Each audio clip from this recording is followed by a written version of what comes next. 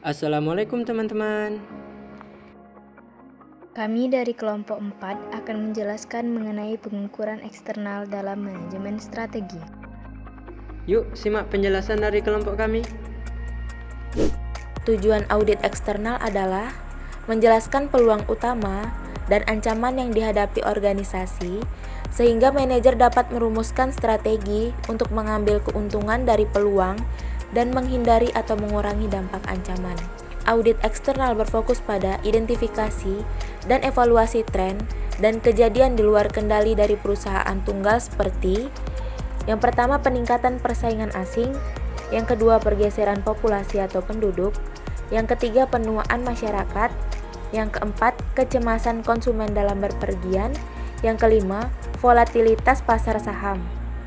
Pengaruh atau tekanan eksternal dapat dibagi menjadi 5 kategori, yaitu yang pertama, pengaruh ekonomi, yang kedua, pengaruh sosial, budaya, demografi, dan lingkungan alam, yang ketiga, pengaruh politik, pemerintahan, dan hukum, yang keempat, pengaruh teknologi, yang kelima, pengaruh kompetitif. Tekanan eksternal tersebut mempengaruhi jenis produk yang dikembangkan, strategi segmentasi pasar, jenis layanan yang ditawarkan, dan pilihan bisnis untuk memperoleh atau menjual. Secara langsung, tekanan eksternal mempengaruhi pemasok maupun distributor. Selanjutnya, pandangan organisasi industri. Pendekatan organisasi industri menegaskan bahwa faktor eksternal atau industri lebih penting daripada faktor internal untuk mencapai keuntungan yang kompetitif. Kinerja perusahaan lebih utama didasarkan pada properti industri, seperti skala ekonomi, hambatan masuk pasar, diferensiasi produk, ekonomi, dan tingkat daya saing daripada sumber daya internal, kemampuan, struktur, dan operasi. Walaupun demikian, integrasi yang efektif dan pemahaman baik tentang eksternal dan faktor internal adalah kunci utama untuk mengamankan dan menjaga keunggulan kompetitif. Pengaruh ekonomi. Faktor ekonomi memiliki dampak langsung terhadap potensi daya tarik dari berbagai strategi. Variabel ekonomi yang sangat berpengaruh dalam perencanaan adalah gross domestic product atau produk domestik bruto, tren nilai mata uang dolar, dan tingkat pengangguran kerugian atas lemahnya nilai mata uang dolar bagi perusahaan domestik dan negara Amerika antara lain. Yang pertama, menyebabkan inflasi, yang kedua dapat menyebabkan kenaikan harga minyak, yang ketiga dapat melemahkan pemerintahan Amerika, yang keempat mengurangi keinginan warga Amerika untuk pergi ke luar negeri. Sedangkan keuntungan atas lemahnya nilai mata uang dolar bagi perusahaan domestik dan negara Amerika antara lain, yang pertama meningkatkan kegiatan ekspor, yang kedua mengurangi kegiatan impor, yang ketiga membuat barang lebih murah untuk konsumen asing, yang keempat melawan deflasi dengan mendorong kenaikan harga impor, yang kelima berkontribusi untuk kenaikan harga saham dalam jangka pendek. Pengaruh sosial, budaya, demografi, dan lingkungan alam. Perubahan sosial, budaya, demografi, dan lingkungan memiliki dampak yang besar pada hampir semua produk, jasa, pasar, dan pelanggan.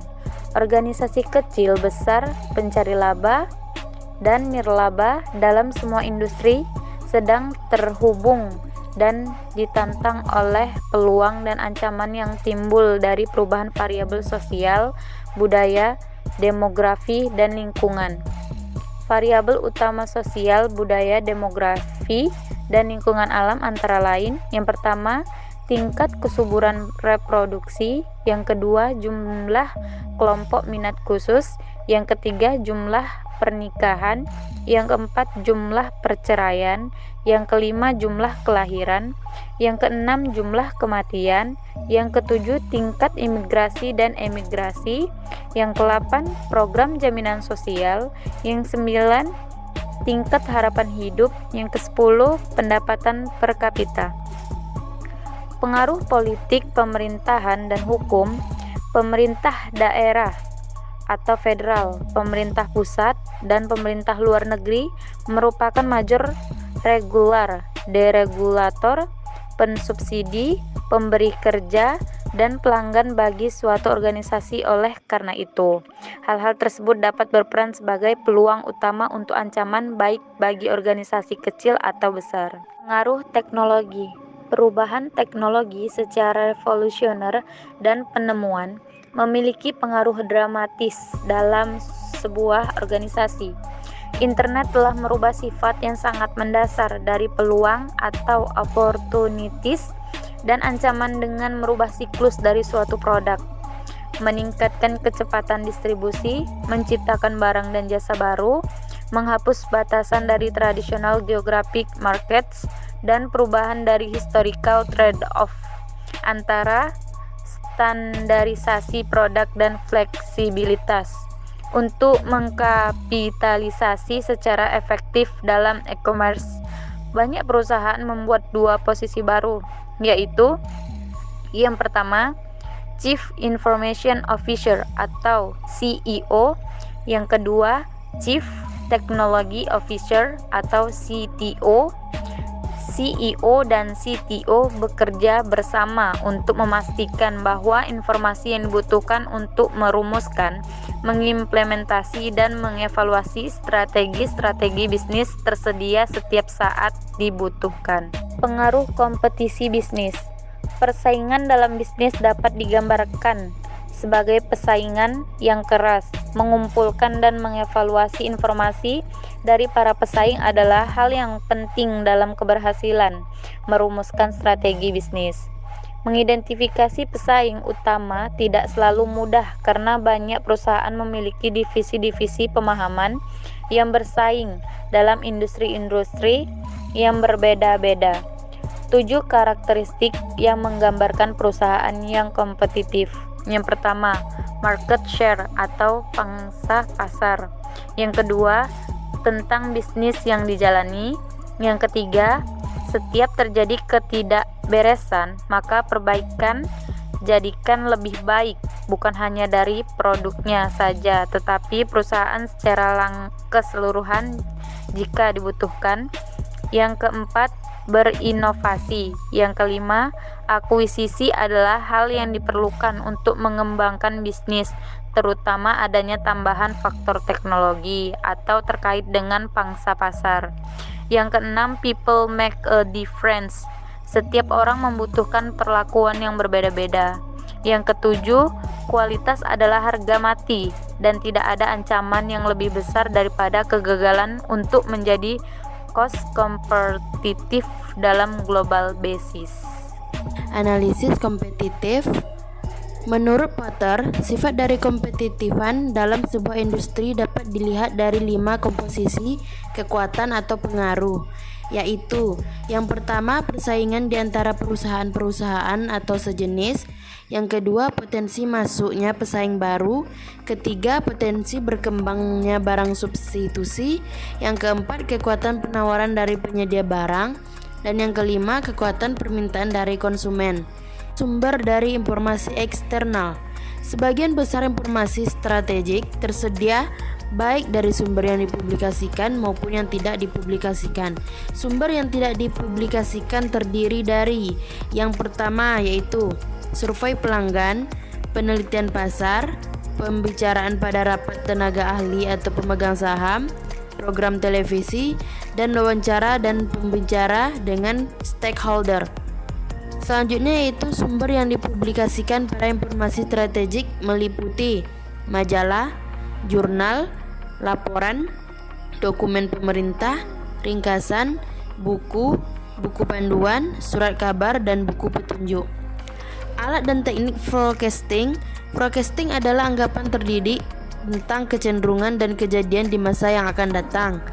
Teknik forecasting dapat dikategorikan menjadi 2 kelompok, yaitu teknik kuantitatif dan teknik kualitatif.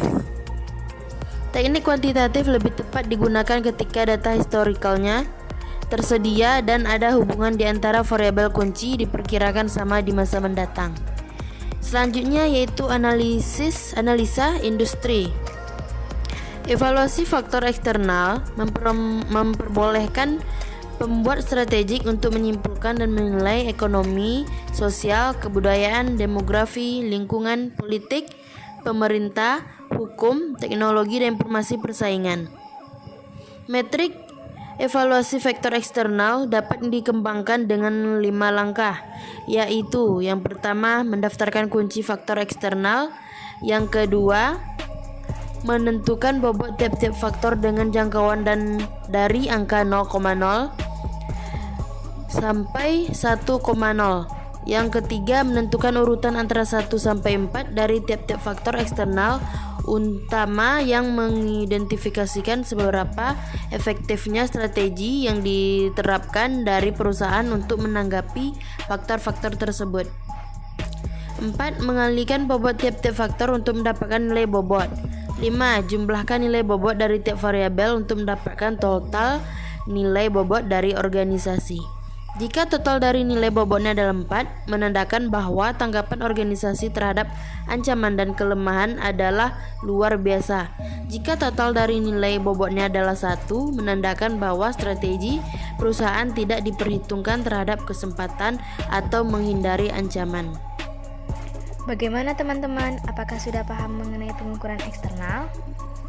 Jadi, kesimpulannya adalah bahwa tujuan pengukuran eksternal adalah menjelaskan peluang utama dan ancaman yang dihadapi organisasi sehingga manajer dapat merumuskan strategi untuk mengambil keuntungan dari peluang dan menghindari atau mengurangi dampak ancaman.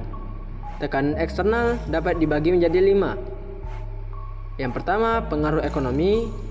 Kedua, pengaruh sosial, budaya, demografi, dan lingkungan alam. Ketiga, pengaruh politik, pemerintahan, dan hukum. Keempat, pengaruh teknologi. Dan yang terakhir, pengaruh kompetitif. Untuk menghindari ancaman, maka perusahaan perlu melakukan analisis persaingan. Komposisi kekuatan persaingan yang dapat dilihat adalah: pertama, persaingan di antara perusahaan-perusahaan sejenis. Kedua, potensi masuknya pesaing baru. Ketiga, potensi berkembangnya barang substitusi. Keempat, kekuatan penawaran dari penyedia barang. Dan yang kelima, kekuatan permintaan dari konsumen. Demikian penjelasan dari kelompok kami. Sampai jumpa di video penjelasan selanjutnya, teman-teman.